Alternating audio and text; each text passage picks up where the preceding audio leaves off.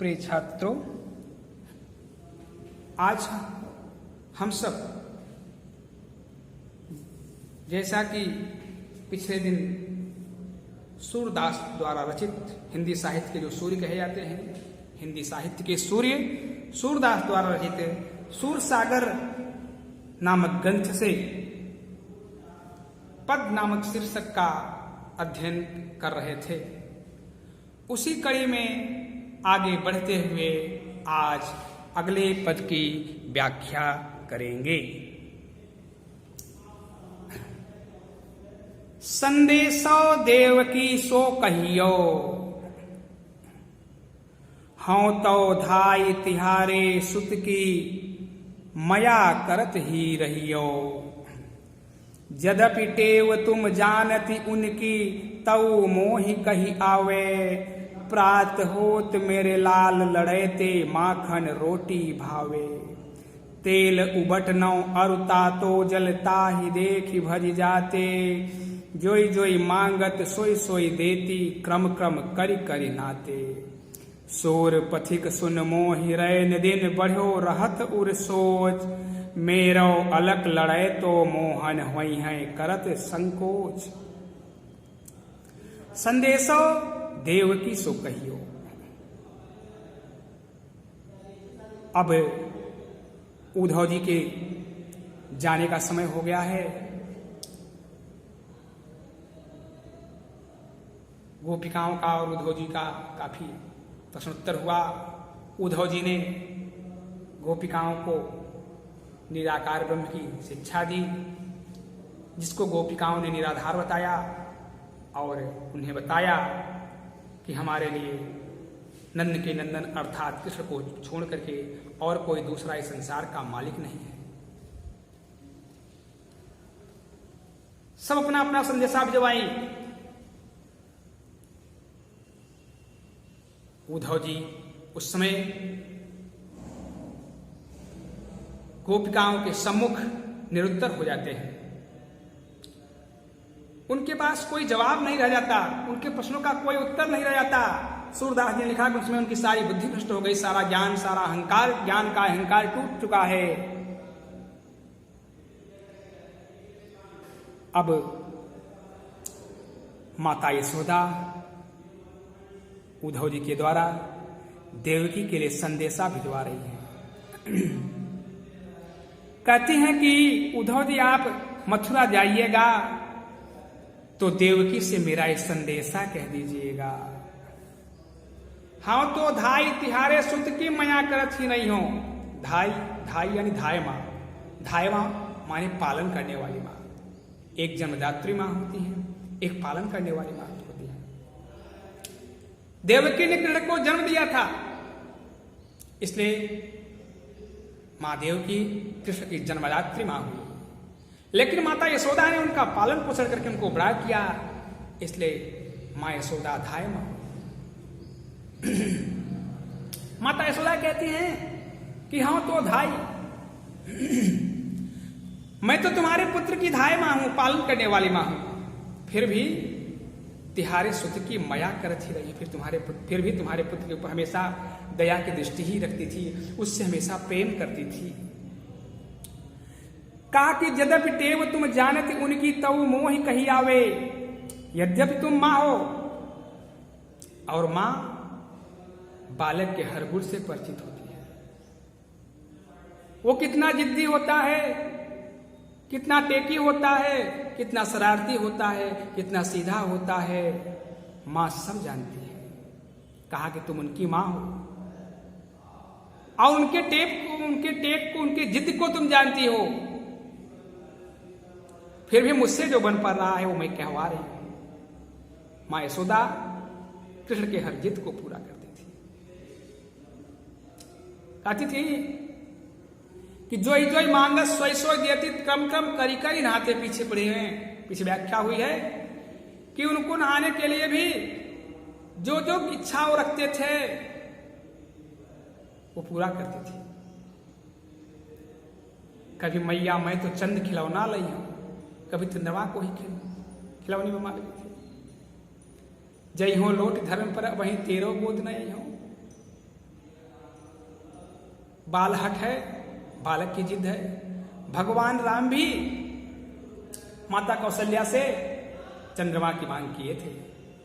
कबहू शशि मांग तैयारी करे, गोस्वामी जी लिखा कवितावली में कि कबहू शशि मांग तैयारी करे, कबहू प्रतिबिंब निहारे डरे, कबहू करताल बजाई कि नाचत मातु सबे मन मोद भरे। कभी चंद्रमा मांग रहे हैं तो माता कौशल्या ने क्या किया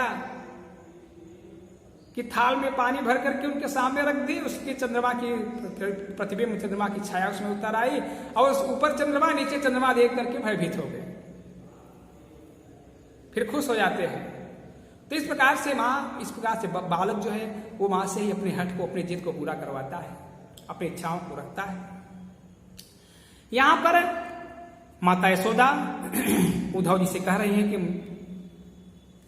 माता देवकी से मेरा संदेशा कहिएगा, उनसे कहिएगा कि यद्यपि देव तुम जानत उनकी, यद्यपि आप माँ हैं और माँ बालक के हर गुण से परिचित होती है, उनकी क्या टेक है, उनकी क्या जिद है, आप उसको भली प्रकार से जानती हैं, फिर भी मुझसे जो बन पड़ रहा है वो मैं कहवा रही हूं।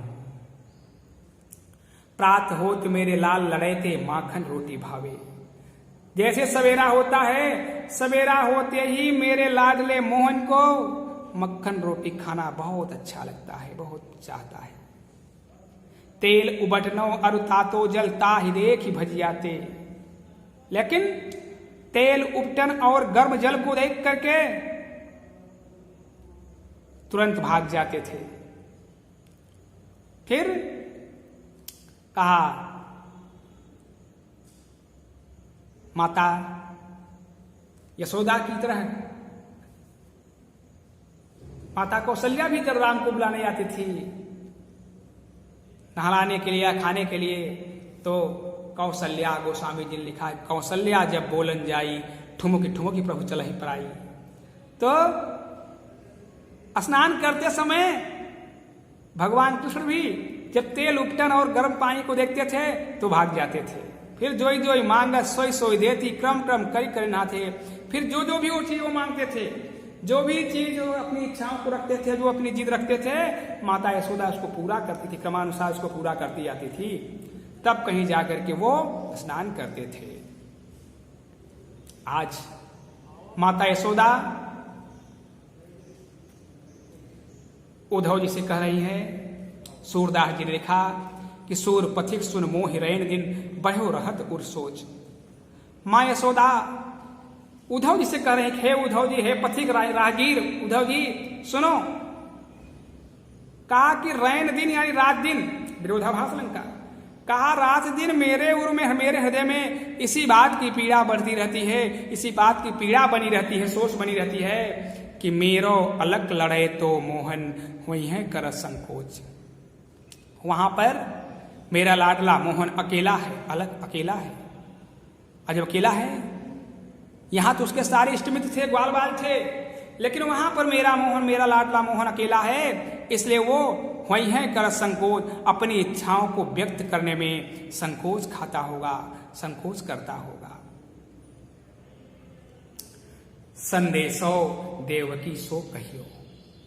माता यशोदा उद्धव जी के द्वारा देवकी के पास संदेशा भिजवा रही हैं। कहती हैं, हाँ तो धाई तिहारे सुत की मया करत ही रही हूं। मैं तो तुम्हारे पुत्र की धाय मां हूं, पालन करने वाली मां हूं, फिर भी तुम्हारे पुत्र के ऊपर हमेशा दया की दृष्टि ही रखती थी, उससे प्रेम ही करती थी। यद्यपि टेव तुम जानती उनकी तऊ मोहि कही आवे। यद्यप तुम मां हो और मां बालक के हर गुण से परिचित होती है, तो तुम उसके जिद को जानती हो, फिर भी मुझसे जो बन पा रहा है मैं वो कहवा रही हूं। प्रात होत मेरे लाल लड़े ते माखन रोटी भावे।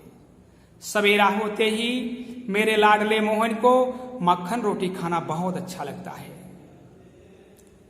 तेल उबटनो अरु तातो जलता ही देख भज जात। उसके बाद जब उनका समय होता था नहाने का, तेल उपटन और गर्म पानी को देख करके वो भाग जाते थे। फिर उनको संतुष्ट करने के लिए, उनको खुश करने के लिए जोई जोई मांगत सोई सोई देती, क्रम क्रम करी करी नहाते। जो जो चीजें वो मांगते थे उनको क्रमानुसार देती जाती थी, तब जाकर के वो स्नान करते थे।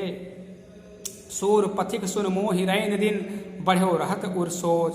सूरदास जी लिखते हैं कि माता यशोदा पथिक राहगीर यानी उद्धव जी से कह रही हैं कि सुनो राहगीर, सुनो उद्धव जी, कहा मोहि रैन दिन बढ़ो रहत उर सोच। मेरे उर में, मेरे हृदय में तो रात दिन इसी बात की सोच, इसी बात की पीड़ा बनी रहती है कि मेरो अलख लड़े तो मोहन वही है करत संकोच। वहां पर मेरा अकेला लाडला मोहन है, इसलिए वो अपनी इच्छाओं को व्यक्त करने में वहां संकोच खाता होगा, अपनी इच्छाओं को व्यक्त नहीं कर पाता होगा। इस प्रकार से सूरसागर द्वारा रचित इन पदों की व्याख्या हुई। अब आप इस व्याख्या को पढ़िएगा और पढ़ने के पश्चात कॉपी में, जैसा कि हमने शुरुआत में ही इस पाठ का शुरुआत करने से पहले सूरदास के जीवनी पर आपका ध्यान इंगित कराया था। उनके बारे में आपको संक्षेप में, उनके जीवन परिचय के बारे में संक्षेप में हमने आपको बताया था। तो आप अपनी कॉपी बनाइएगा और उसमें सबसे पहले सूरदास का जीवन परिचय लिखिएगा। किताब में आपके पाठ्य पुस्तक में सूरदास का जीवन परिचय दिया गया है। हमारे व्याख्यान को सुनते हुए और किताब के माध्यम से आप जीवन परिचय तैयार करिए। उसके बाद फिर जैसे कि इसमें कुछ प्रमुख जो पद हैं, उन पदों में आपकी अभ्यास पुस्तिका में जैसे जो पहला पद है, फिर 7वां पद है और फिर ये 11वां पद है, इन पदों की संदर्भ सहित व्याख्या आप लिखिएगा। काव्य सौंदर्य जरूर स्पष्ट करिएगा। अगली कड़ी में अगले दिन अगला चैप्टर गोस्वामी तुलसीदास द्वारा रचित रामचरितमानस पर चर्चा होगी।